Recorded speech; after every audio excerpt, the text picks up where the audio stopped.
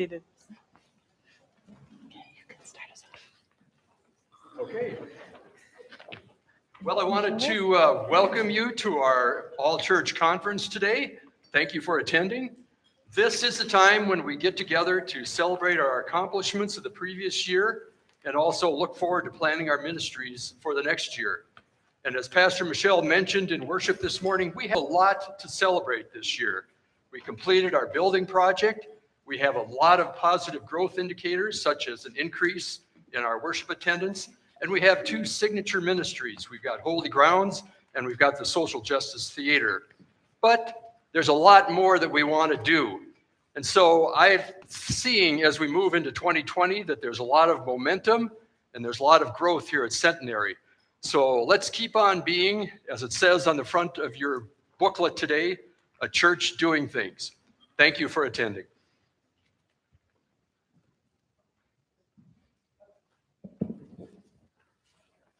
And I'm Shelley Lavin. I'm the outgoing lay leader, and you will see less of me, and many of you will be glad of that. You will see Brenda Allen in my place next year, but I have to say that over these 3 years that I've done this, I just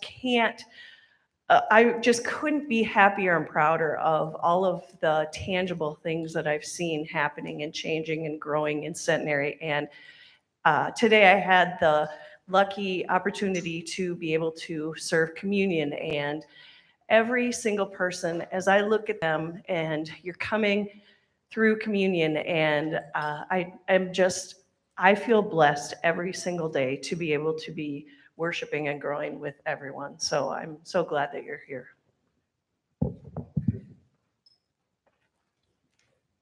So, and with that, I'll call to order our church conference. This is an annual meeting that we have we have permission from the district superintendent to do some of our formal business for the year.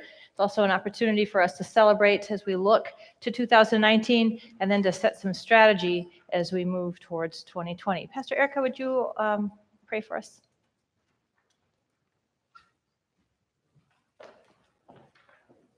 Let us pray. Gracious God, you call us to be your church in the world.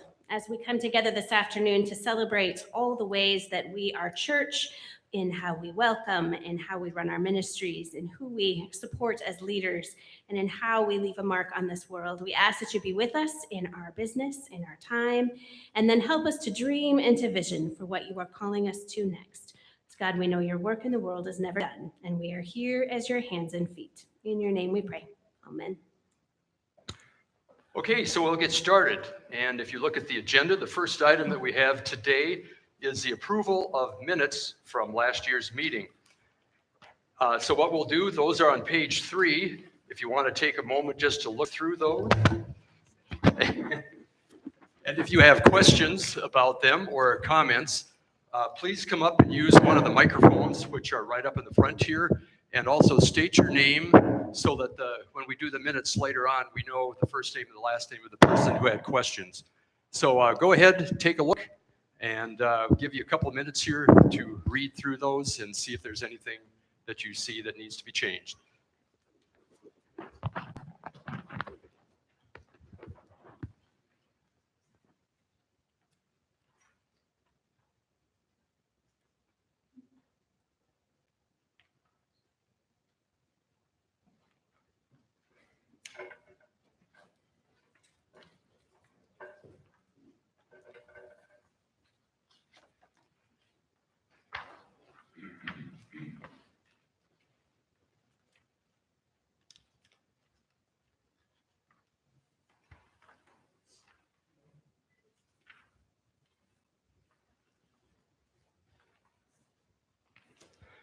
I just want to point out one small thing that we need to correct.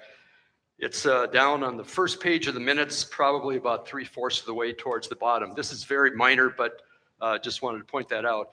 It says when talking about the trustees that the trustees had approved 5% of earnings to be used in 2019. That should actually say 5% of the 3-year average of the trust balance to be used in 2019.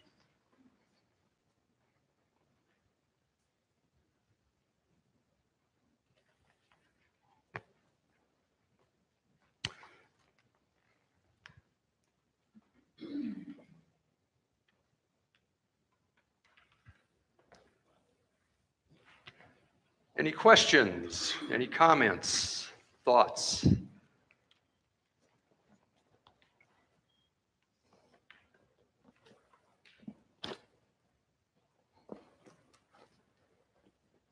Hearing no questions or comments, do you approve by consensus the minutes from last year? If I could at least get some heads nodding or, okay. Does anyone wish to stand outside the consensus? If not, we'll consider the minutes approved by consensus. Thank you.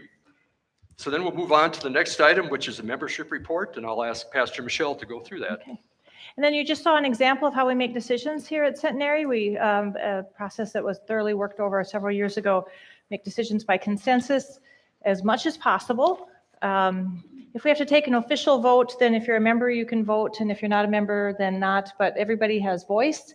And if we can do consensus, then if you disagree with the consensus, then we do have a process where we will talk about that. But it's the way that we make decisions at Centenary. So if you look in your books, and if you have one of these books, it should have all of the work for our meeting today, pages 5 and 6. Every year we make a kind of a record of the people who have come into or out of our care together in the ways that that has happened.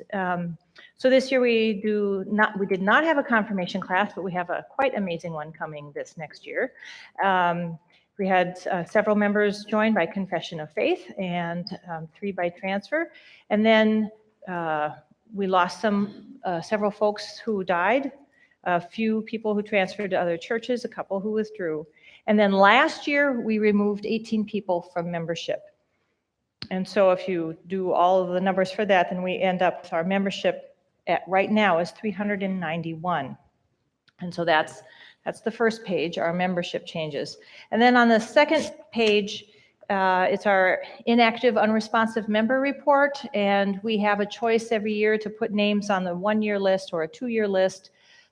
If after 2 years we feel like we are ready to remove somebody from membership, we can do that. I always try to do a really thorough process with that. I always try to make sure that we've been in communication with the person or the family. There's several ways that we contact them.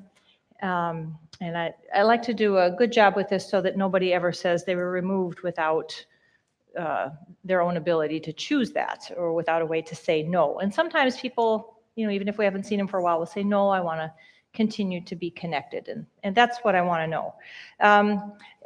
We talked about this at Ad Council a few days ago, and I feel like I haven't done enough work with the names that were on our list last year. I would like to just leave them in the category of just keep them and pray for them and continue to reach out to them and not remove anybody this year. So that would be my recommendation for our membership report this year. Do you have questions about any of that? Michelle, do we need to approve that? Oh, and that's wrong. It's page 5 and 6. I'm sorry. There's no official action, but it would be good to have an approval. Okay. If you're comfortable having Donald Hancock, Joyce Hancock, Brooklyn Kula, and Nicole Oakes on the continuation list. We listed them in the 1 year last year. So do you approve? On page 6. Do you approve what Michelle just said by consensus? Okay.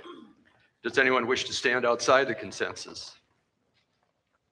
If not, we'll consider that approved by consensus. And Michelle, I'll let you introduce the next item. All right, Lisa Wojcik is our SBR chair. No, wait. Oh, no. It's Brenda. I'm sorry. I need to look at this and not the book. I would like to introduce Brenda Allen, who is one of the people on the new member list that we just saw on that page. And Brenda, I've asked her to be the lay leader for this next year, and she said yes after some prayer. And so I asked her to talk about, she's participated in a lot of the different kinds of ministries and just had a taste of a lot of different things here at Centenary. And so just wanted to hear a fresh perspective on what does it mean at Centenary that we say we're joyfully inclusive? So like Michelle said, I'm one of the newer members here, and she asked me to tell you a little bit about what drew Tom and I to Centenary. So last February was the general conference vote for the traditional plan, which like for many of you, and as we talked about this morning, that was extremely disappointing for us. I had been born and raised a Methodist. We had been in our church for 30 years, and that vote was just so upsetting. And my first thought was, I'm done. I'm done with the Methodist Church. I am walking away. But like I said, having been born and raised a Methodist, I couldn't quite pull myself away. And so we knew that the Centenary was a reconciling congregation. And so we decided to check it out along with a personal invite, thank you, Mark, to come. And the first Sunday we were here, it was right after the vote. So it was like the first or second Sunday in March. And what we heard was the message that said that the Centenary would not stand by idly for that vote. Just as passionate as you were this morning, Michelle was extremely passionate about that, and that's what kept us coming back. And I remember your message that day was something to the effect that we have seen Jesus and we can't unsee Jesus. So we kept coming back. We've had the opportunity to get involved in some ministries. I've been volunteering at Holy Grounds, and although I had worked with the refugee program and had been in the building and seen that program, I had been active with it. So I've had the opportunity to volunteer with Holy Grounds, and it's just amazing every day the number of people that come in, the amazing staff and the volunteers that are reaching out, and just the grace that we put forward for those people that are coming in for a hot meal and a conversation. We've also volunteered with Connection Shelter, and we'll be doing that again next week. And just a plug for Pastor Erica, there's some openings for that if someone wants to join us. And I know there's a lot of ministries here. I'm excited as a new member because I know there's a lot for us to learn and participate in. So the joyful inclusion is what brought us here, but it's the ministries inside and outside of this church that keep us coming back. And it's very clear that we are showing we are Christians by the love that we share with our community. So thank you. Thank you, Brenda.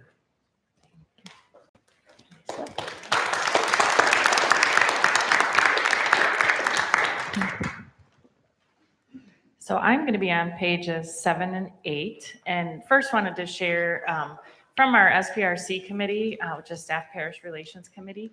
We're really pleased with our pastors and the job that they've done day to day, but then when, as we talked about this morning, you have a big external kind of thing going on, that puts a lot more pressure on them as leaders, and so we are really proud and proud of them and happy that they've really helped us be the Centenary we are, and they're representing us out in the state as well. So I just want you to know that we feel like they're doing a great job. So I'm bringing before you the salaries of Pastor Michelle and Pastor Erica. I think we probably need to actually approve it because it's different. Okay, so we've had some changes since we've approved this. So what we've done with the budget, as you heard this morning, we do have a balanced budget for 2020. The one thing we were not able to do is we were hoping to give our staff some raises. The exception to that, we were not able to do that. The exception to that is Pastor Erica, because we follow conference guidelines. So she has to be at a certain salary level because of her years of service. So that is the one exception to that. We really wanted to do that for our staff because we appreciate them. But I just wanted to point that out. So you'll see the salary in box 1A there. And then there are housing allowances, health flex dollars for Pastor Michelle.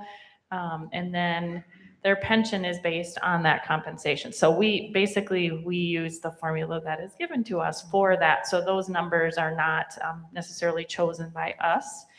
And then we have some continuing education, travel money and professional expenses, which again, I just want to share that I know for a fact that they're both using some of their own funds to do some of that work, because it's a very small amount for those of you who have professional development in your professional life. So they are also contributing to that, I'm sure. But you'll see the sums there at the bottom in box 11 for each of them on Form 5, which again, pages 7 and 8. Does anyone have any questions on those? Go ahead, Lou.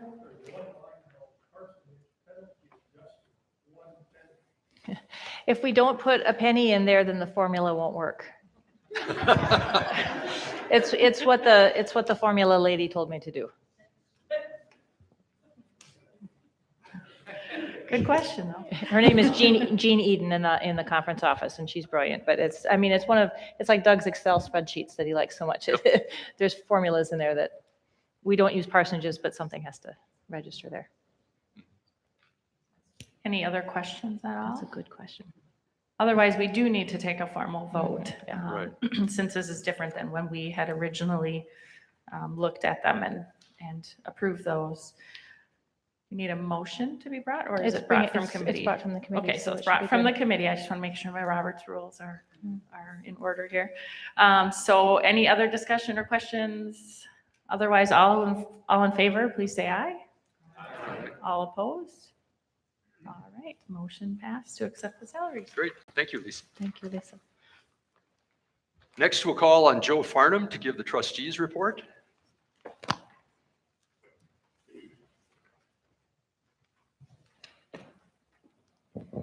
First of all, I would ask that you turn to page 9, which deals with the memorial report.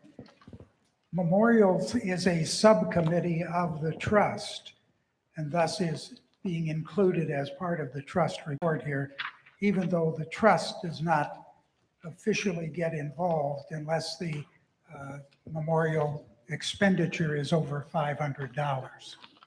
So the report that is there, if chairman, no, we don't have a chairman of that committee, am I correct? Well, we will in a few minutes. All right, but we did not have, so there's no one here to respond to any questions that you have about the memorials. Memorials are those gifts that are received typically through the funeral of a member of the congregation, and gifts that are given at their request or in their name.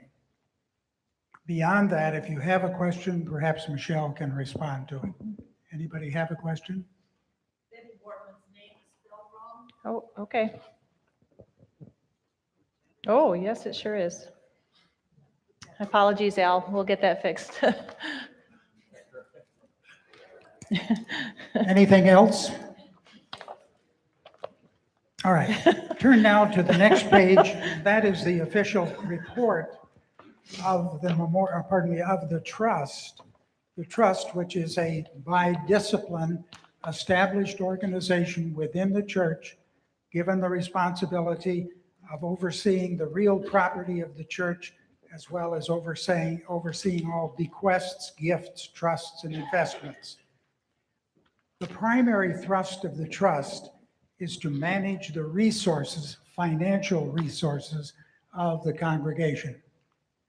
I direct your attention to the very last paragraph of the report, which is something of which I think our trust is very proud and in which you can accept a great deal of confidence. The trust resources are managed by an investment firm from the Twin Cities. I want to just stop and, because this has never been part of the report before, and acknowledge that the reason that is the case is that back in the early 1900s, a member of the congregation, Gordon Hakes, and a member of the trust indicated he was not totally comfortable with the trust's investments being managed solely by members of the church. In other words, he wasn't terribly taken with CDs at a local bank. So he encouraged, and the trust adopted, a firm from the Twin Cities, Compass Capital, as the manager of the resources of the trust. In 1998, as is indicated there, the $890,000 that constituted the corpus of the trust since that date has over the past 20 years grown to over 2 million. But the impactful statement is the following: while allowing 1.2 million to have been withdrawn and expended. Think of that.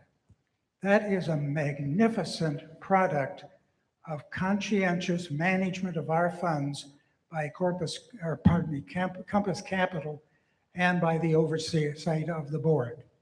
I applaud the members of past boards and the current board for sticking to the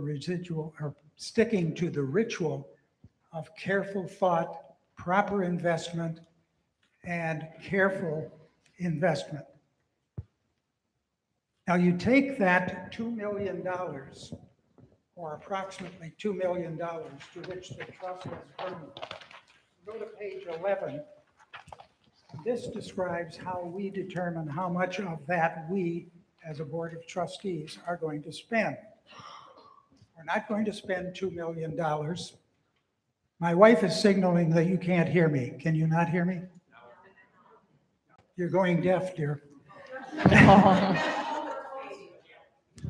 I'm fading. All right, I'm going to speak up here. I have a raspy voice today for some reason.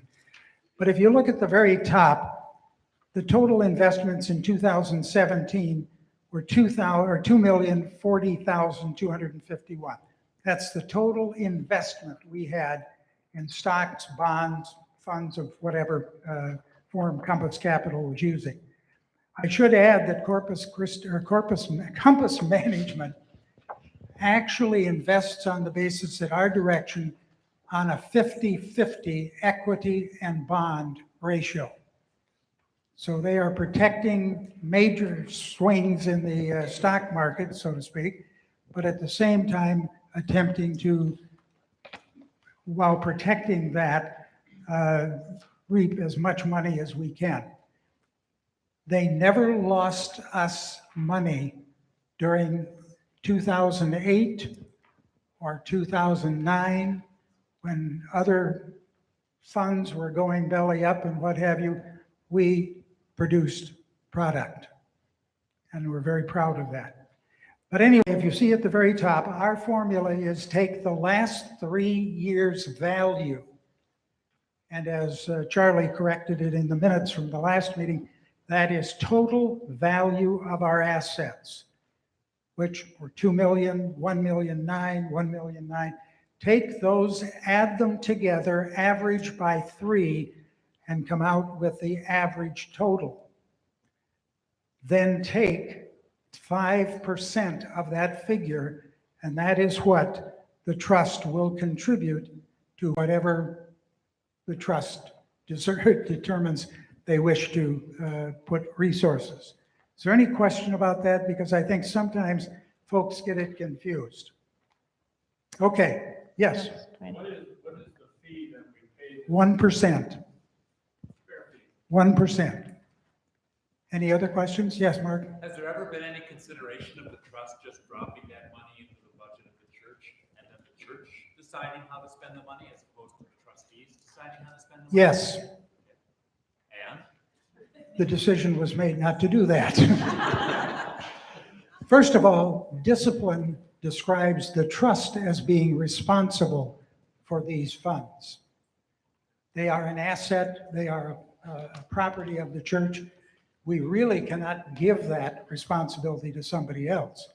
Now, I would add that on the next page, you will see how this year's $100,000 is being distributed as requests are made. One of those is $53,000, which is an operational support line, which in fact means goes to the operating budget. Then the finance committee determines how that $53,000 is to be spent. Could we do that on a broader scale? Yes. we could take the entire $100,000 and do that. We have chosen not to because Holy Grounds, the theater project, many other things, as is reflected on the report page, are supported by those dollars, and to give them entirely to the operating budget would stifle all creative product that not only the trust but the congregation can produce. Does that answer your question, Mark? Okay. Any other questions? Yes. Is there any danger of losing any of this trust money through the dissolution of the United Methodist Church? Beyond my pay grade. I don't know. You wish to respond to it? Or is that a We topic are, for we are another keeping an subject? eye on that. But at this point, it doesn't appear that that's what would happen. We're thinking that it's safe at this point. I might have to buy a gun. Oh, no. Any other questions? Yes, Lou?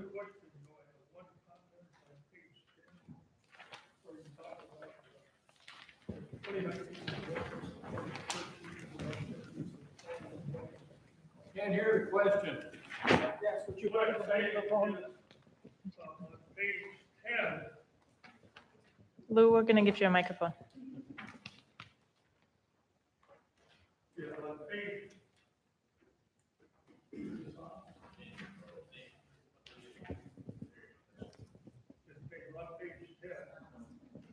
What?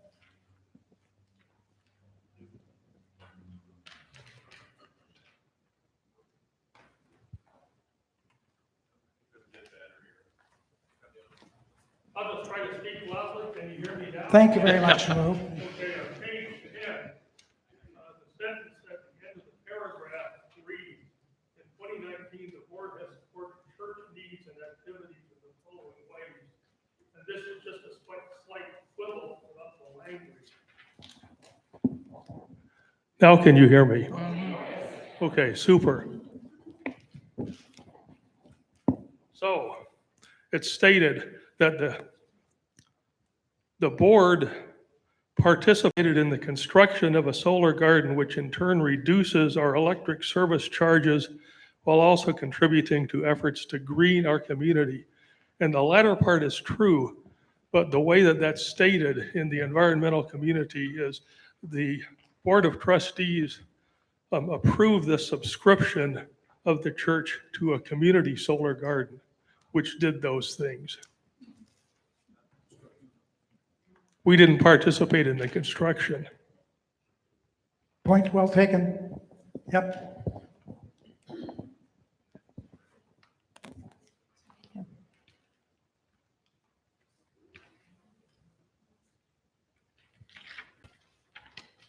Oh, you wanted me to speak.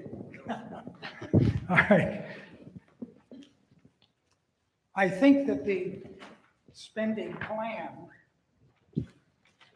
which is exhibited on page 12, is probably self-explanatory, but if you have any questions, now's a good time to ask. We did end this past year with an overage of 8,000. We have two options there. One, we can simply return it to the corpus, or we can add it to as income to the 2020 budget, which we chose to do. Yes. Could you explain in more detail what the Ministry's Development Fund is? Ministries Development Fund is a fund which is used to promote or pay for the promotion of creative projects. This past year, the theater project came out of that line item. The name tags that you thought of? Yes. They were funded? Name tags. Mhm. It's that sort of thing. It's an open invitation and starts with no particular expenditures attached to it. It also will be paying for the new window which goes into the north face of the building. The large window is being replaced because it's about ready to fall in. Yes, You stated that Holy Grounds comes a some of the funds come out, which line would that come out? That It comes out of operational support. Any other questions? Well, I wish to personally thank all of those who are board members. Barbara Campbell, who is here, is the vice president. But if you, during this coming year, see a need that yet you, one person, can advocate and promote and advance, but you need funding for it, talk with Pastor Michelle, talk with Pastor Erica. They will know which committee or work group to refer you to. Ultimately, it may end up as a funding request in the Board of Trustees, and we welcome them. We do not typically begin a year with a list of items we're going to fund when it comes to promotional programmatic items. So keep that in mind. We have resources available. Okay, thank you. Thank you, Joe. Joe, here's your extra page. Now we have another Centenary in Ministry moment, and I'll let Michelle introduce that. Pastor Erica is going to introduce our youth. All right, I invite Liz Coyle and Kate Lavin to come up. And they are going to share with us, we're going to do this Oprah Winfrey style, I think. They're going to share with us a little bit about our participation in the Pride Parade. So my first question for you guys is, how did it feel to be walking with your church in the Pride Parade? It felt pretty good to express myself.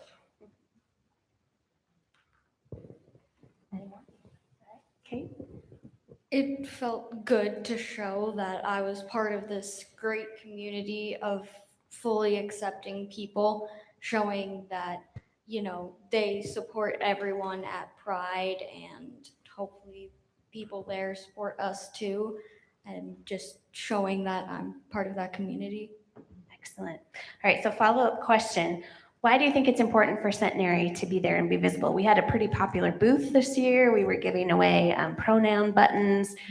It was kind of a place to be. So why do you think it's important for us to have that space, that Pride Fest? Well, for a lot of people need that sort of identity and that sort of energy. And if they don't get that energy, then they'll start to feel lost and confused as to who they are or what they want. And this sort of thing helps them find their way. I couldn't have said it better myself. All right, ladies and gentlemen, the church is in really good hands for the future. Thank you, guys. Thank you.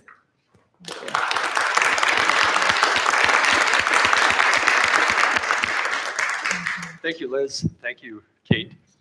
The next item on our agenda is the financial summary and approval of the 2020 budget. And I'll ask Doug Faust, our Finance Committee Chair, to come forward and introduce that to you. So this morning when we just distilled it down to 2 slides, you got off easy.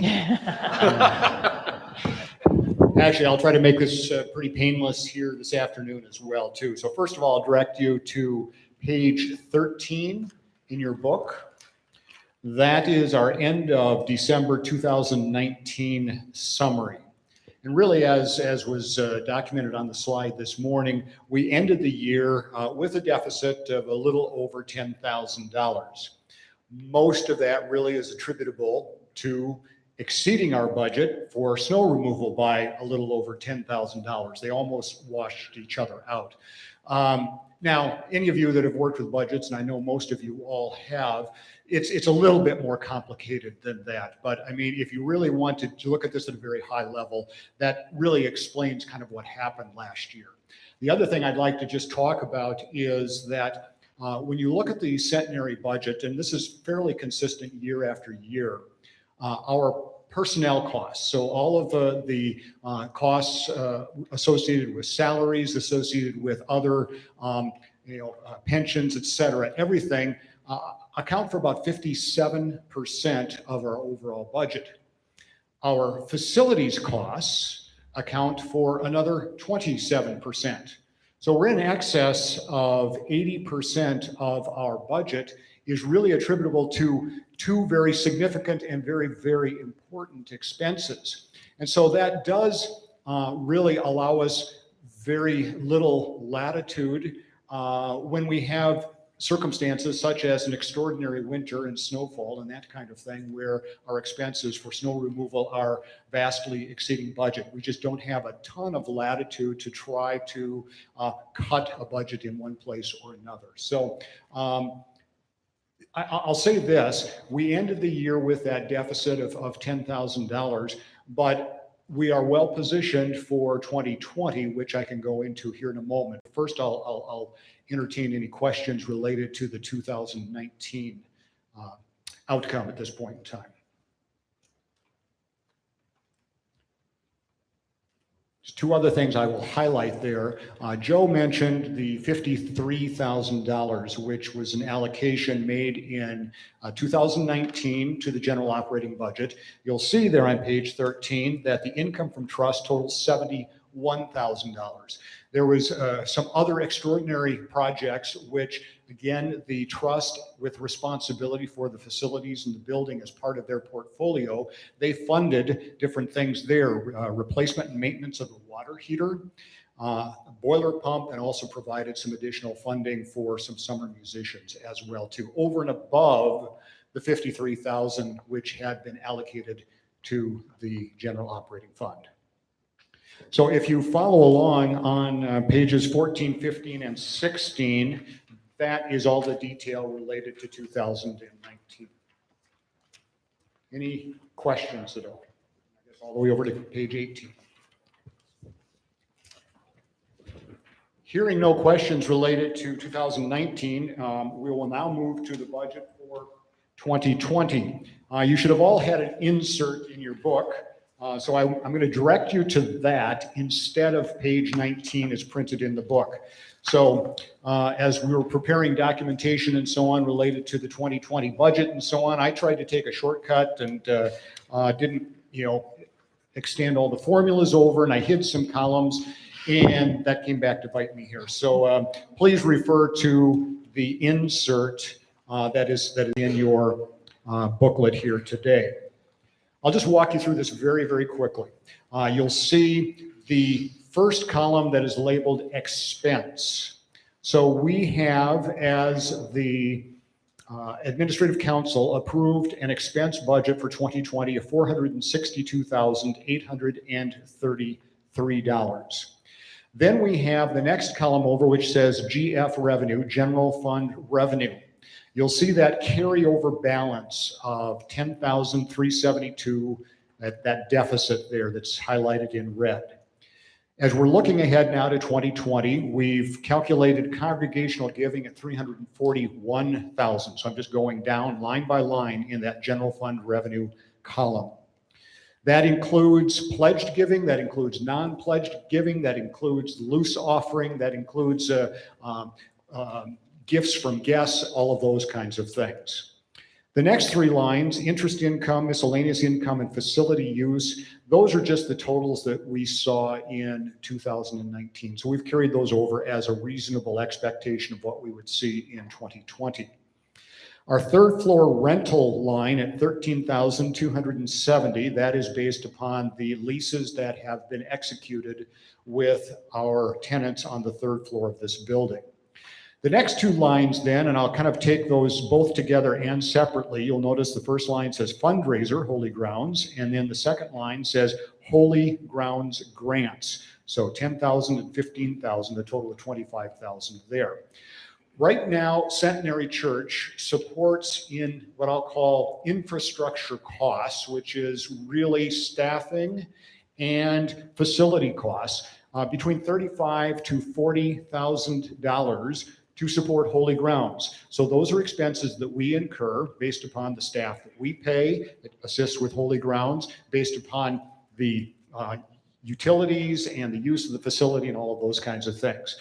Pastor Erica has put together, as part of one of her advanced learning and degree projects here, really an encompassing look at holy grounds. And she's calculated our overall commitment as a church is $35,000 to $40,000.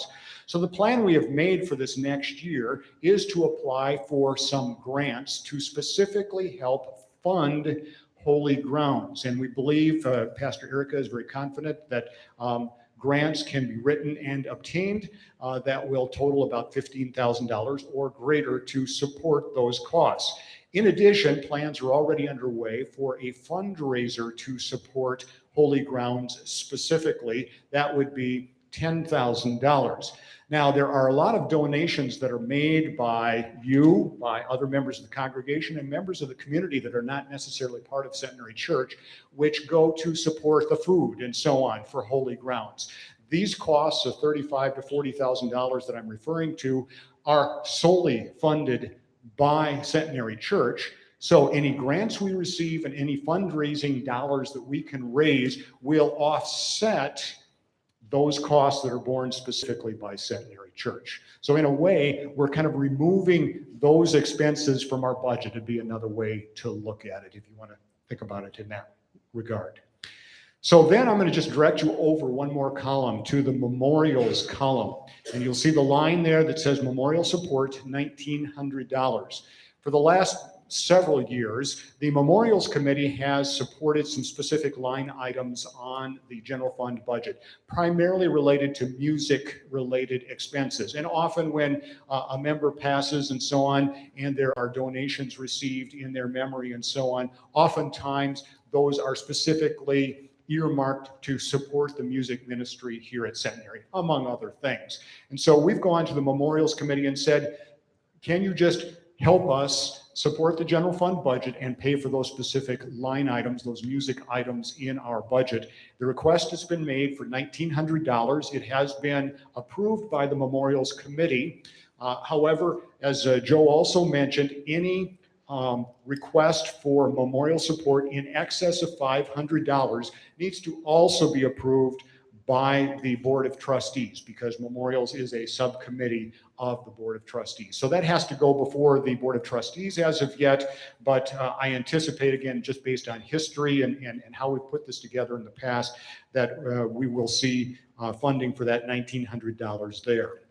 The next column over is trust. So this is the support from the Board of Trustees. And you'll see there's two line items there. First, trust support via budget, $53,000. If you go back to Joe's budget that he described, or the trustees' budget that Joe described, that allocated again $53,000 for support of the general fund budget. The next row down says trust support via Broad Street Fund. Our Board of Trustees are also caretakers for the Broad Street building, which is on the corner over there. And the rents that are obtained for that building are kept and maintained in a separate account from our trust fund. So we accumulate that rent. If there are building improvements or expenses related, capital expenses, a few years ago we put a new roof on, things like that, it comes out of the rent that is gathered for that particular building. Well, we did not have any significant capital expenses here in 2019, so there's a balance of the rental income that's carrying over, plus what we anticipate getting here in 2020.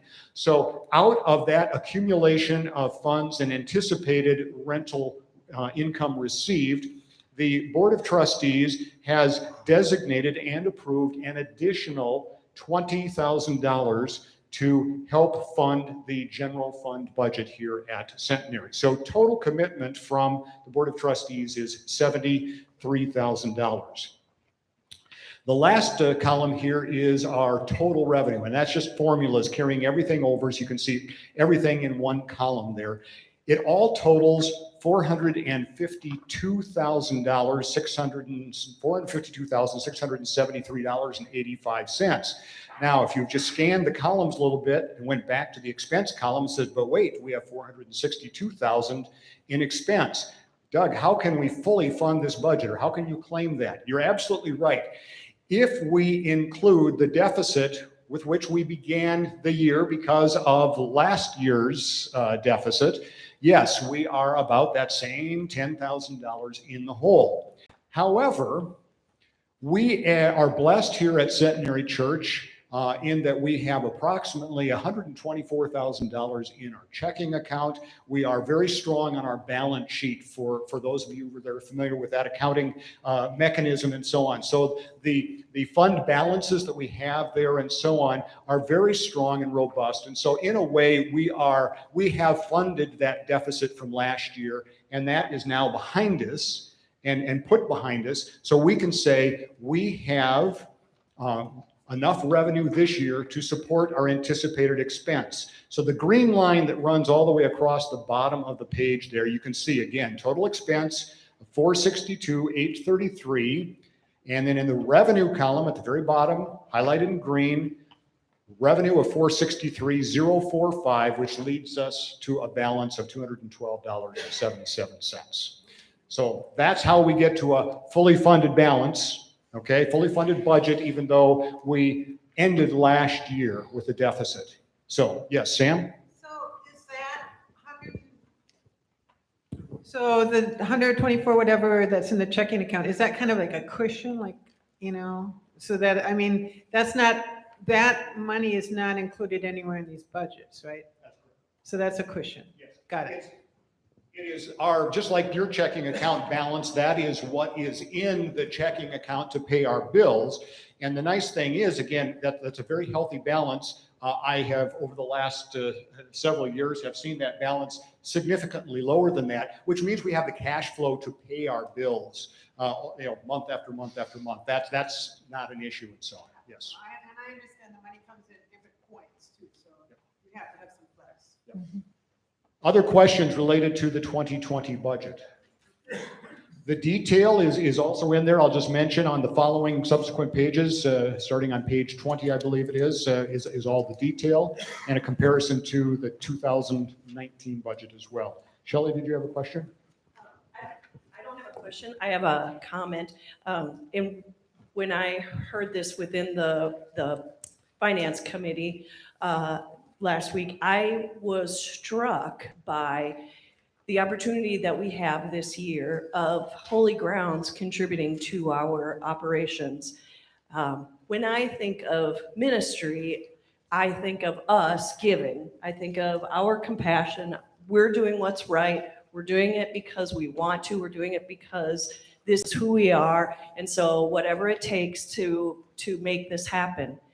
We've identified Holy Grounds as a signature ministry that we hold up. We love it. It is making us who we are. It is making us better people, and it is helping us reach the community. Our signature ministry is now giving back to us. So it's one of those intangibles that when you give, you just have no idea what you might receive. And I was just so incredibly touched by that. So. Other questions or comments related to the budget? Just a word of appreciation for everybody on the Finance Committee. And there are a lot of ways to serve the church that don't cause heartburn and sleepless nights. And so we appreciate it. Thank you.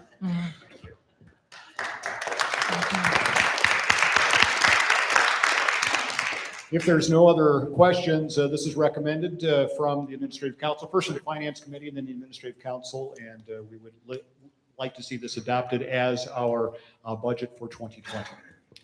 Okay, you've heard Doug's presentation, had a chance to ask questions. So do you approve the 2020 budget by consensus? Yes. Does anyone wish to stand outside the consensus? Mark?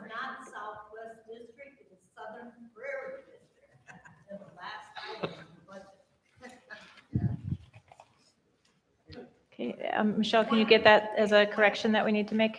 Write that down. Correction noted. So once again, does anyone wish to stand outside the budget? Or I mean outside the consensus? Not hearing any, we will consider that the 2020 budget has been approved by consensus. So I want to show you the budget in a different way now, because Doug and I have been doing lots of spreadsheets, lots of spreadsheets. And one of the things that that Erica and I learned in our classes last year was looking at the budget in a narrative way. And so Doug and I sat down with the budget and looked at the impact, the way that our budget is framed if we look at it through the lens of our vision statement, which the class we're in right now is telling me that's actually our mission statement. But okay, so oh well. So this is our this is what it looks like. Can you see this? As a joyfully inclusive community, if we take, I mean, everything mashes together with everything, which is good. But if we pull out worship, Wednesday meals, fellowship, and pastoral care, those are really the traditional things that a church does. I mean, that's sort of like basic 101 church, right?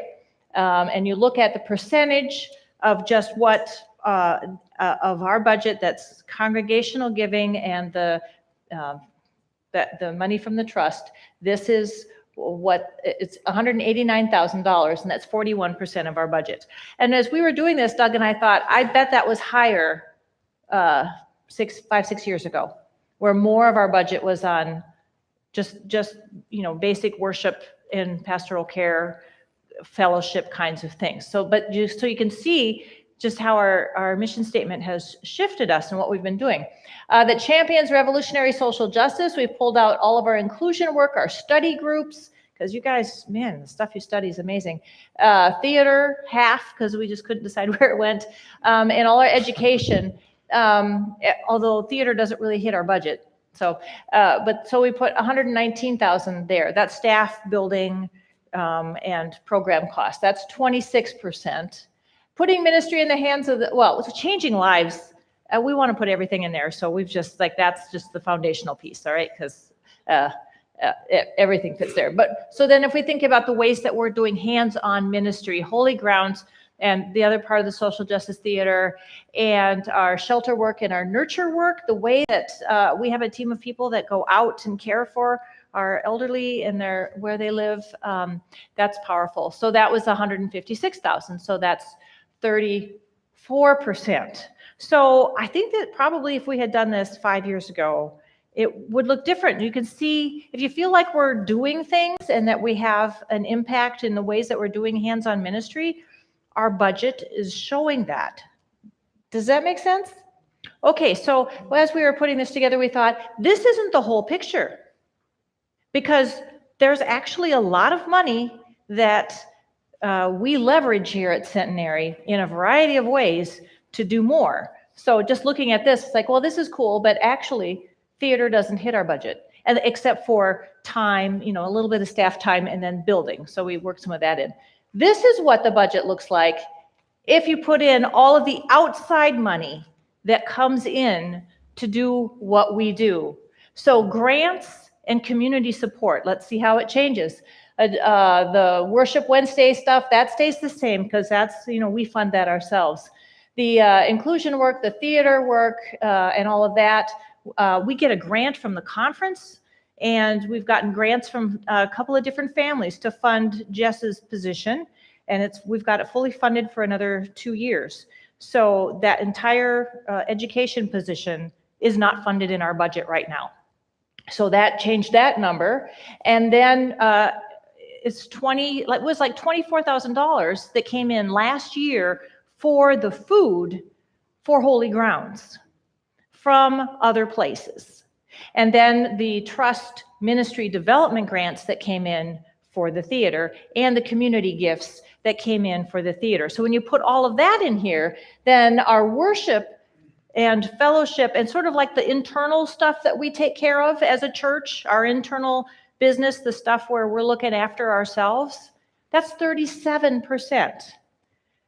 And the stuff that forms us, the stuff that really helps us to be who we're going to be, that's 26. And the ways that we're reaching out into the community, that's 37%, which is the same amount that we're spending. So what I saw when we were looking at this, and this was a surprise, is that the money that we are leveraging from inside and outside the church to be in ministry in the world is the same as the money we're spending on ourselves to do the stuff like worship and looking after ourselves. And it's not very often a church can say that. That is amazing. So that is an incredible story to tell. And if you look at the numbers, you can see that about, what did you say, 9%? 9% of what we're using is coming from outside the church to do what we do here. Now, this makes funding difficult. I've been studying this a lot in this last year. Pledge dollars are supporting less and less of our budget, and we're using funding. I mean, obviously, we've gotten really creative, but we are doing so much, and this is pretty amazing. So just wanted to share that picture of a narrative budget and how just the kind of journey that Centenary's on. Do you have any questions about this part? All right. Now, one of the wonderful things that the Trust funded this last year was a video that really shares where we are as a congregation right now. And so, can you play that for us, Eric? Great.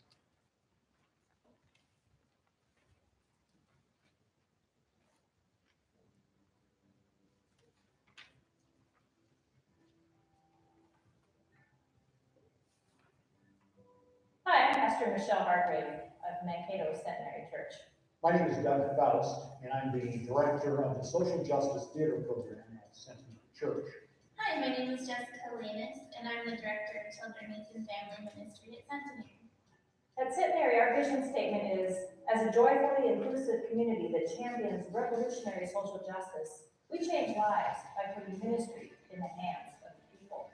This vision statement really shapes the life at Centenary, and we look for ways to make differences in people's lives and to change people's lives through our community, through worship, through education, and then those opportunities for ministry into your hands.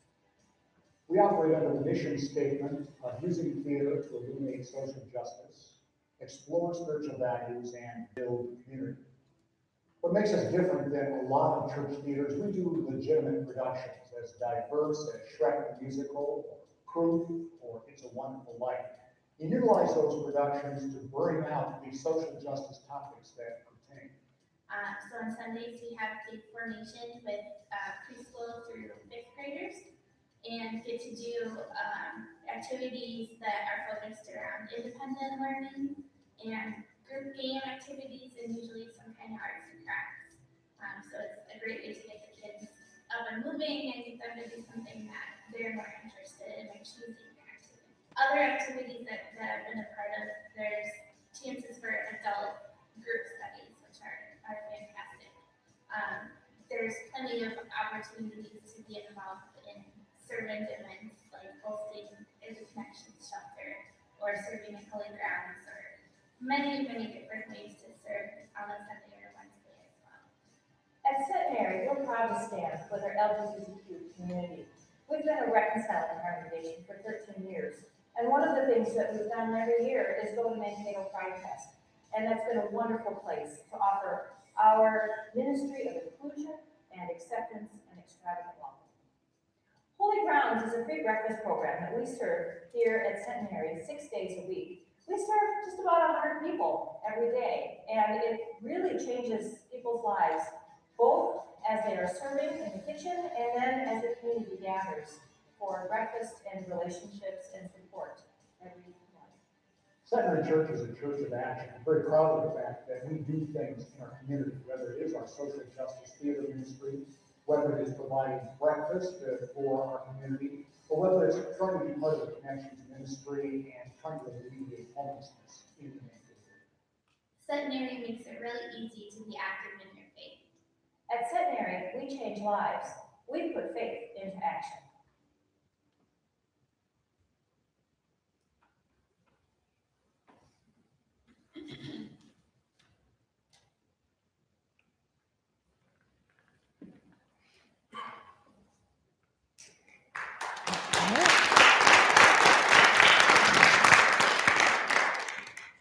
Next item on our agenda is just an update on our building project.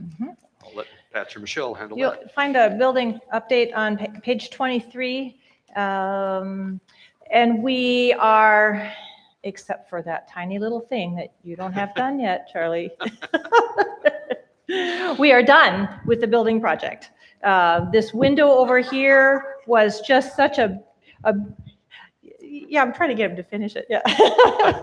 The beautiful window. When we started this project and listed everything out, and we were, prioritizing, I was really hoping we'd get far enough to get this window out here in the hallway. I don't know if we had any idea just how powerful that would be. And then and reshaping the office, being able to pull the fresh floor all the way through. Even just the things that happened. Can you remember? It was messy last February. And we got it done for Easter, just so beautiful. And this has just been such a wonderful project. So the actual like physical work is done. We have one and a water fountain. We got the water fountain this year too, which I go visit every day. I love the water fountain.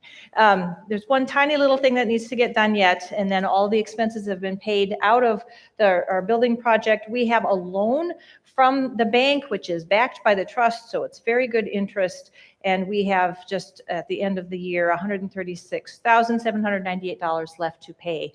People have been paying ahead quite a bit. And so pledges actually go to a year from May or June, but most people are paying a little bit more rapidly than that. And so we've had the cash on hand to make our payments, not paying very much in interest. And this has just gone really well. So that's the report about the building project at this point. Do you have questions about the money or the projects? We worked really hard a couple of years ago to get this all together. Remember that? Thank you. Then the next one is our shared ministries report. So I'll let you go right into that. All right. So if you go to the last 2 pages in your book, we have shared ministries. Every year we look at our our nominations work and have an opportunity to say thank you to those who served this last year, and then those that have agreed to take new leadership roles in our church. And so I'm going to start from the just from the, well, let's see, how should we do this? I think first of all, can we say thank you to Charlie and Shelley for all the work that they did? They've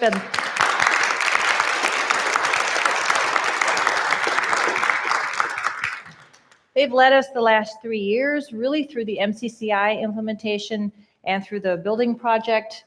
And their influence has been in many places. I felt like with Shelley, it was just deploying her throughout the structure of the church in many ways, and we've seen a lot of each other. But it's been good. I'm finally, after 30 years, learning how to use a lay leader much better, and I've really appreciated the way you've done that. And Charlie has been just so thoughtful and careful in leading us through making sure that we're actually doing the things that we said we were going to do. And then really it was his vision of how to layer the building project to make sure that we were able to afford everything that we actually did. And so, which is why we can have such a comfortable building report, right? It's just, right. By staging, if we could do that with a budget, that'd be great, but it doesn't work on an annual basis. But, we staged our work to match what we raised. And so we always knew that whatever we were doing, we had the money to do it. And that was largely Charlie's vision. So they've been very careful leading us through that. And we've had several other chairs who've been leading us who are switching out of those roles. The trust chooses their chair every year. And Joe has served in that position for the last couple of years. Brings lots of history and insight to that role. Thank you, Joe, for that. Doug stepped in for 1 year for finance, as long as I promised him I wouldn't ask him to do it for 2 years. Thank you for your spreadsheet love this last year, Doug. It's always good. And then I think that those are the only people that are switching off that are in the room right now. Hopefully I haven't missed anybody. So folks that are stepping into new leadership positions for our ad council chair for the next season is Mark Braun. Thank you for saying yes. And Brenda Allen is going to serve as our lay leader for this next season. Thank you for that. Lisa Hoffman will continue as SBR chair. Brian Frederick is stepping in as finance chair. Thank you, Brian. Our lay members to annual conference this year will be Ginny Hughesberg and Zane Coyle. We'll do that again. Our UMW rep to ad council is Alice Johansson. Our young adult rep is Jess Lannis. Lisa Chrisman is going to lead a Holy Grounds team, which is being newly shaped. Doug, we've put you in there for Social Justice Theater for your signature ministry there. Nurture, Lori continues to lead our Nurture team with very thoughtful care for our members. Carla Frederick will lead our Compassion team. It's kind of reshaping and shifting a little bit. Wilbur Neuschwander Frank and Shelley Lavin are going to co-chair our Advocacy team. That's also a new team. All the ministry teams are kind of, we're kind of reforming them, and they're going to be taking a little bit new shape this year. Charlie Berg is going to lead spirituality, justice, and the arts. Where we're really reframing that as looking at how do we have gallery space out here, and what do we do with it, and what might we do with that. Shanna Hood is going to lead our children, youth, and family team, which is reforming. Cindy Carpenter continues as our worship rep. And so now I'm going to run through the teams. We have on our shared ministry, those are the folks that really we work together to figure out who's the right person to ask and how are we going to train the leaders and how do we do that. So Jim Gibson and Diana Gabriel. Our SPR team stays the same, but Brenda will come on to that team. Our board of trustees we have a new class with Charlie Berg and Tom Allen, and then Barbara Campbell is rotating back on. Barbara Campbell is going to lead our memorial team and then be connected to the trustees with that. And Tom with the trustees is going to be connected to property management. Eric, thanks for continuing with the tech team. Love you in that spot. All right, so we've got some new folks that we're bringing on to the finance team. Sandra Laertz has lots of experience. I understand she balances her checkbook very carefully. So, and Tammy Smith, who went through our class this last fall and said, just put me in the money place. Where does that go? Thank you for that. So we've pulled out, the other thing that we've done, generosity and communications are pretty much the same.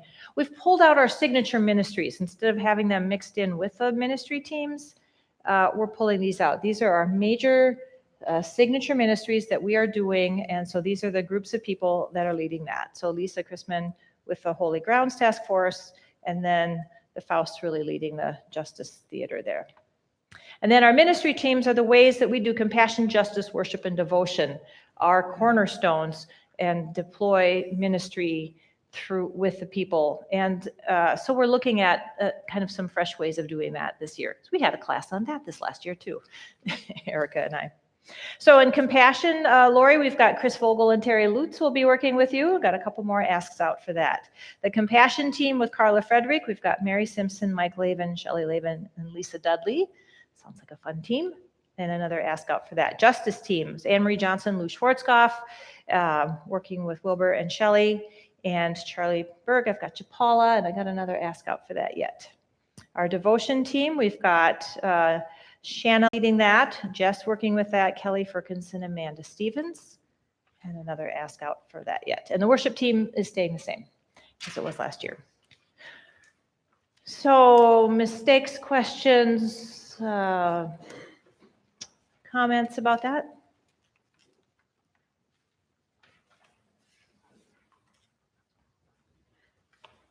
Then the shared ministries team would ask for your consensus approval for our leadership.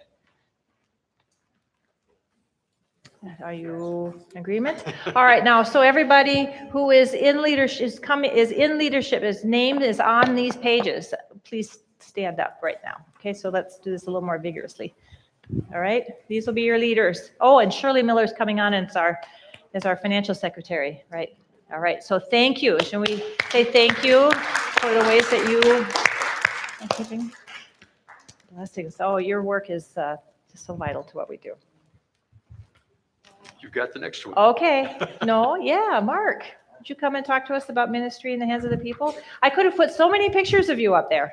There's so many different parts of ways that you participate here. I should have done the angels, yeah. Yeah. Is this on? Can you hear me? Yeah. All right.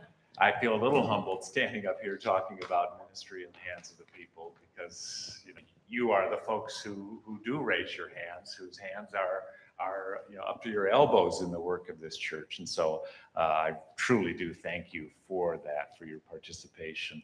I had the pleasure of chairing the vision team a few years back that came up with the vision statement, and it was a fun and interesting process. And one of the things that we came away from that, and I hope the vision statement expresses it, is, as Michelle said in the video a few minutes ago, not only do we bless and serve the community through our hands, through our ministry, but we too then are blessed, and we grow our talents, and we grow as more devout and prayerful people, and hopefully more sensitive people to the needs in our community. And so we give, but we receive at the same time. I'm fully cognizant that our time and our talents and our treasure varies throughout our lives. And so our ability to serve changes from decade to decade. I look back at my own service and how it's changed over the years. I mean, I married into this church. My spouse is a lifelong member, but I've been around here 30 years, and I've had a chance to try and do so many different things: youth ministry and music and drama, and a couple of go-rounds on staff parish and administrative council, and the social justice, art, and spirituality group, and just so many experiences that have been so much fun. And I invite you to mix it up a little bit. Don't be in a rut. If you feel like you've been doing the same thing for too long, wave your hand and we'll find a new role for you. We know lots of people have lots of different talents, and talents maybe you haven't even expressed yet, and we want to help you express those. So don't be afraid to mix it up. That's one message. The second message is don't be reluctant to invite others to serve Centenary. If you hear somebody say, gosh, they've never asked me, or if you know somebody who has a talent that maybe we're not utilizing, try to get them involved and try to be a good neighbor in that way. So thank you for all you do, and I hope that you feel that your life is changed from the ministry that you do here at Centenary. Thank you, Mark.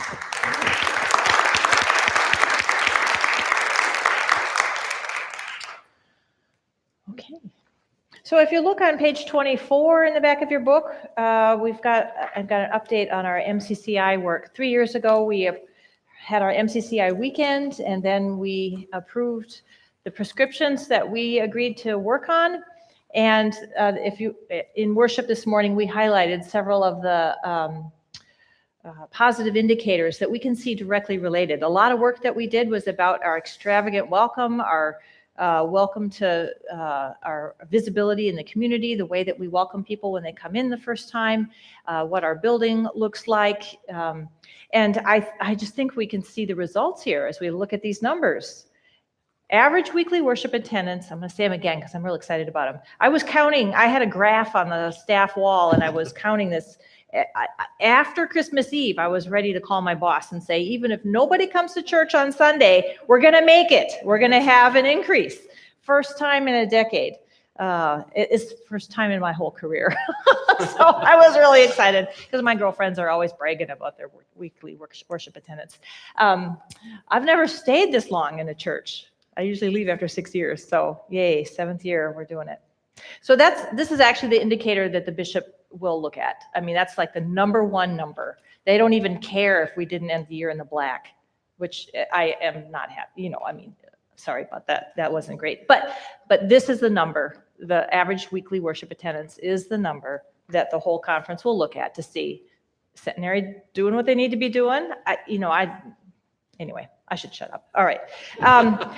Twice as many first-time visitors that we were able to count and get information from. That means that we have their name and some contact information from them. Twice as many this year as the year before. That's important. More people were able to come on Christmas Eve. We had more children on Christmas Eve. We have more kids up here on Sunday morning. I think that's been like something we can feel, but nice to have a number for that, and more on Wednesdays as well. 4 more baptisms than we do, 4 times the baptisms as the year before in our building campaign, which we have we did a lot of work on. So to do that well is really great. So I was sitting in a meeting a couple of weeks ago and somebody said, we need a big, hairy, audacious goal. I said, oh, hang on a minute, I got one. And when I've been waiting on this. I was kind of hoping to do that this is the season I wanted to do this. So I'm going to read you, oops, I wasn't, can you flip through to the yellow one?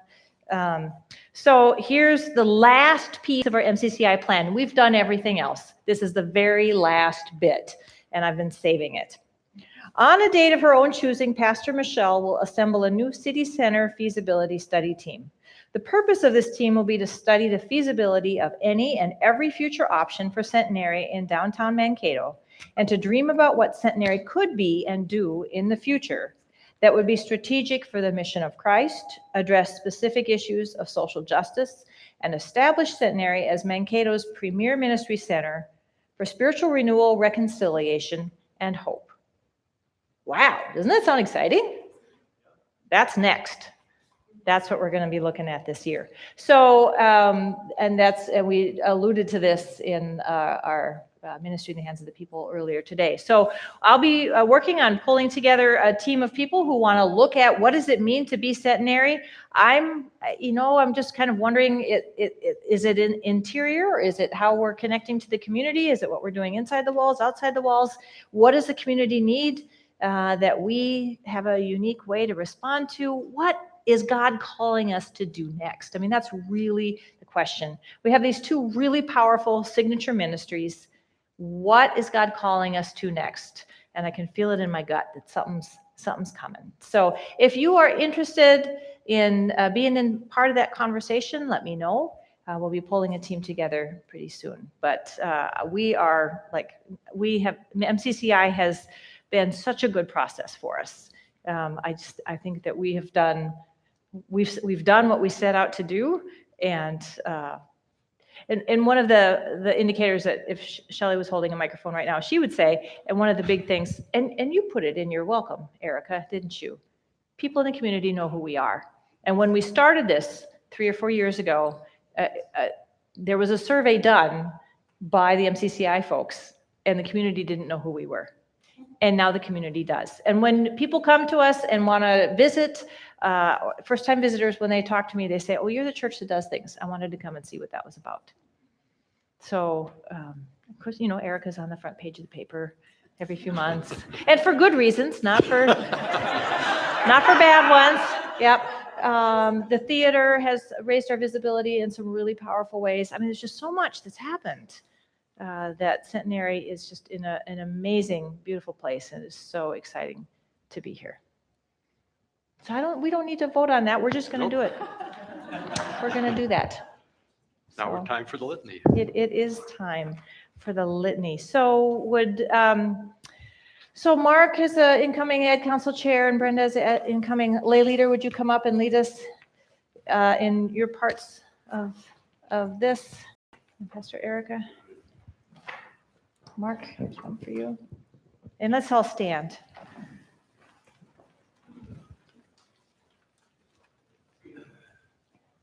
You start us off. Please follow along. As a joyfully inclusive community, we are Centenary. We offer an extravagant welcome in our building to refugees, to people with diverse abilities, to our Korean siblings, to our breakfast church community, to Cub Scouts, to theater goers, to members, friends, and people of all ages. We are standing strong even as the denomination around us is stumbling, announcing our firm welcome to the LGBTQIA community.